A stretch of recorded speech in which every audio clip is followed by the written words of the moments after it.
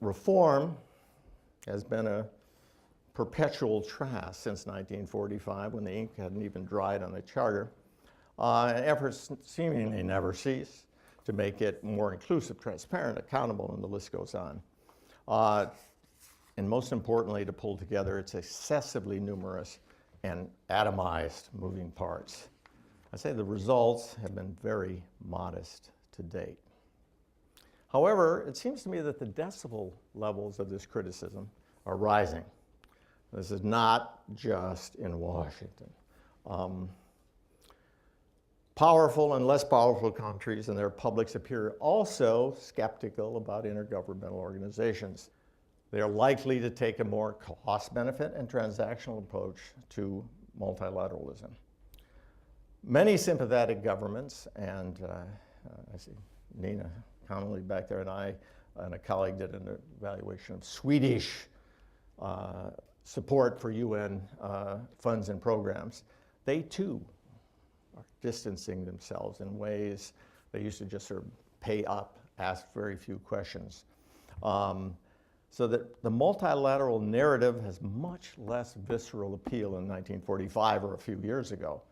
So it's in this context, it seems to me, that we need to think about a world without the UN. I'm hoping that the stories here have some potential traction in that respect.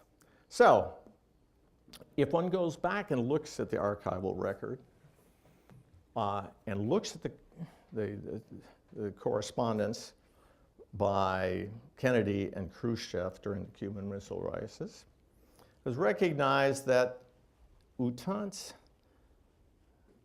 diplomacy was an essential, probably not the only essential, but an essential component in both the US and Soviet stances. While that's not the only factor, I'm not sure I want to test the proposition, or we want to test the proposition that we can do without this totally.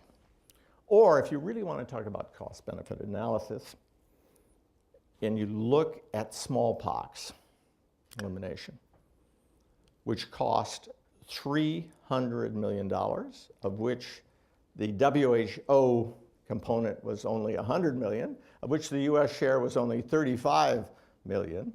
That was 1/3 the cost of a fighter jet at the time. The savings since have been huge, billions of dollars a year in administration, vaccines, etc. It seems to me that we could make similar calculations about Ebola or monitoring in Iraq or Iran or who knows, North Korea.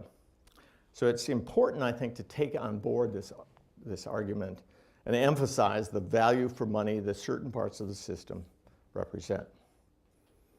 Now, the Secretary-General signaled his intention to solve conflicts. I think that's not exactly on the agenda, but also the management of the system, particularly the organization of the system he directs. It seems to me that that is where one could make a difference, that the waste, overlap, lack of synergy could address the problems that high-level panels, academics, media, and everybody else has underlined for years. So my question is, will he be able to replicate the kind of administrative slimming down, decentralization that he implemented over a decade at UNHCR's helm? See, the signs to date are, I'm not sure, all that encouraging. He's 18 months, that's a long honeymoon for a 5-year period. But he is aware of the political flaws, and he is well aware of all these structural problems. And so I think we have to hope that he's not going to shy away totally from the Sisyphean task of transforming, and that's the word, transforming the way the UN does business. I think there's a little evidence in his proposals about the UN development system. They're going to ECOSOC and trying to create what Robert Jenkins called a central brain, and making UNDP what it was supposed to be, to get donors to pay for some of this coordination, to get UNDP out of the competition for resources. But it seems to me that the assignment for Guterres is to take on board Trump and others tightening of financial screws to do what actually has needed to be done for ages. If the Secretary-General fails, a self-reinforcement dynamic will result with an additional blowback for multilateralism. And at that juncture, we're going to have a real-time test of my proposition that the world could be even worse without the UN. In fact, I think one of the real dangers is to become such an embedded part of what goes on that it's usually taken for granted in some of the same ways that I've tried to illustrate with Utante and the elimination of smallpox. Kevin Rudd, in a report he wrote 2 years ago, said, "We are barely conscious of the continuing stabilizing role it, the UN, plays in setting the broad parameters for the conduct of international relations. If the UN one day disappears, or more likely just slides into neglect, it is only then that we would become fully aware of the gaping hole this would leave in what remained of the post-war order." I think actually that's where we are.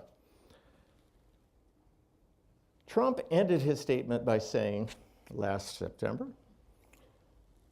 "We are calling for a great reawakening of nations." He seemed to have forgotten that the United States actually helped to create the World Organization to curb the demonstrated horrors of nations and of nationalism. Seems to me if we took that same sentence, he should be calling the rest of us as well for a great reawakening of the United Nations.